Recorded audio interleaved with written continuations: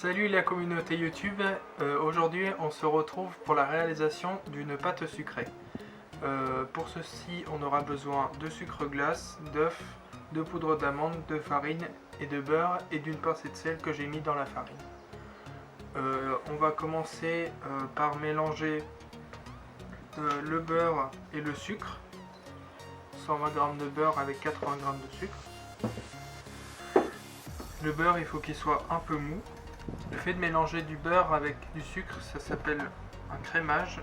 Le mélange du beurre et du sucre, ça doit vous former quelque chose d'homogène et on doit avoir un mélange un peu plus clair que le beurre, comme ça.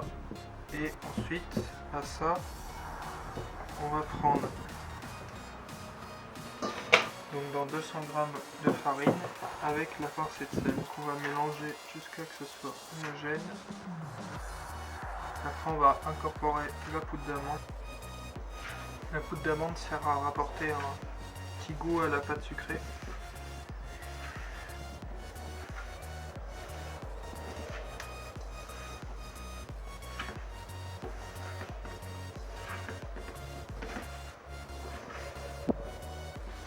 Voilà ce que vous devez obtenir. On va pas mélanger entièrement puisque de toute façon on va rajouter la poudre d'amande pour continuer le mélange. La pincée de sel qui sert à la coloration de la pâte et c'est un exhausteur de goût donc qui va permettre de rapporter plus le goût de la pâte. L'œuf entier. On devra obtenir ça et on va la laisser reposer une bonne heure. On va maintenant étaler la pâte sucrée pour ensuite la foncer dans le cercle. Donc ce qu'on fait, c'est qu'on prend la pâte sucrée et on vient étaler, puis faire un quart de tour, étaler jusqu'au bout, faire un quart de tour pour toujours garder cette forme ronde de la pâte. Pour après que ça soit bonne épaisseur.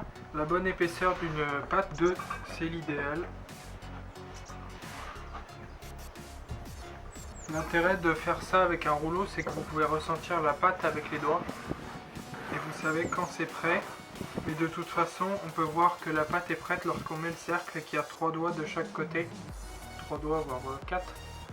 Pour avoir à peu près l'épaisseur. Donc là, on est presque bon. Un dernier coup. Et là on peut remarquer que là il y a 3 doigts de chaque côté, donc l'épaisseur est bonne.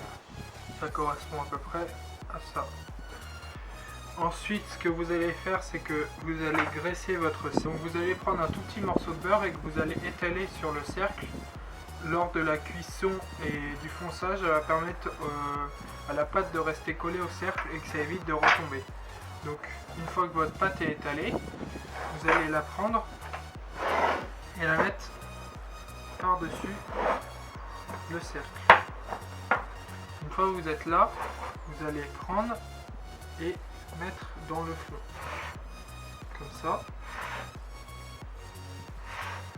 Pour avoir l'angle droit du fond de tarte. Une fois que c'est fait, vous rabattez un peu la pâte, vous mettez un coup de rouleau et vous prenez la pâte en trop, vous mettez de côté, ensuite vous allez pincer puis remonter la pâte pour pouvoir ensuite bien égaliser partout. Donc vous faites ça partout.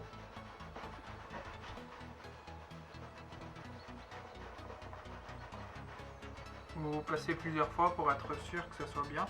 Vous appuyez toujours pareil sur très doucement.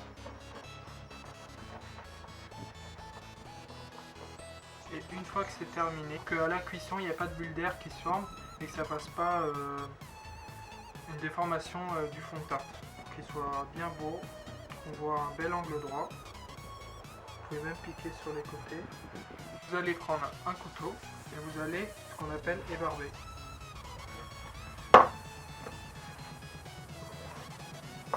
Du coup, c'est le fond de tarte une fois foncé et piqué, prêt à aller au four à 170 degrés pendant 25 minutes. Donc la tarte, une fois sortie du four, on peut remarquer la cuisson et surtout ce qui est important c'est le fond.